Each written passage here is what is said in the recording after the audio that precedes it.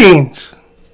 This is Climate Ground Zero with your host, Terry Simon Scott. Today, we're going to talk about the very first Earth Day, April 22nd, 1970.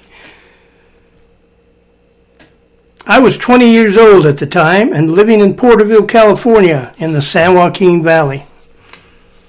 I had been active in the environmental movement since I was 18. First, in helping prevent the Disney Corporation from building a ski resort in the Mineral King Valley near Sequoia National Park, and later in stopping Boise Cascade Corporation from building a second home subdivision in the same area.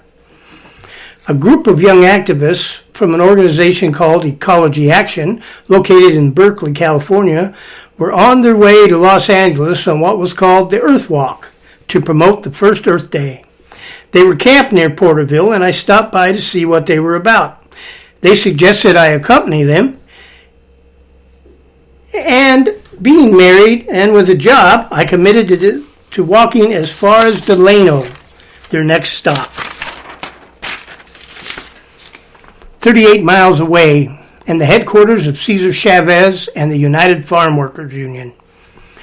I joined them early the next morning.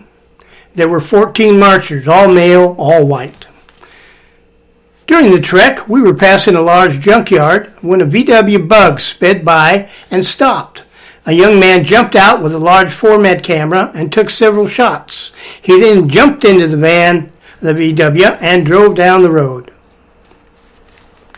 2 pictures appeared in the next issue of Life magazine in the article about Earth Day.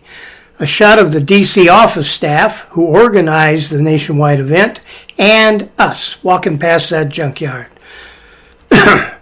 We paused when we reached Delano. Kazoos were handed out, and we played the Mickey Mouse Club song as we marched down Main Street. People ran out of stores, barber, and beauty shops, stopped their cars just to stare at us. Many of my fellow walkers had long hair and beards, something not seen before in Delano. We stopped at an elementary school outside Delano where we were going to spend the night. A car pulled up and Cesar Chavez, head of the United Farm Workers Union, entered, followed by several large field workers. It was an honor to meet him.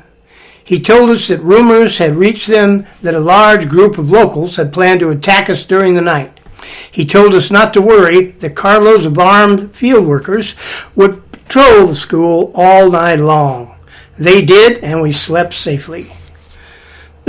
My wife picked me up in the morning, and my new friends continued on their way to Los Angeles. Thank you.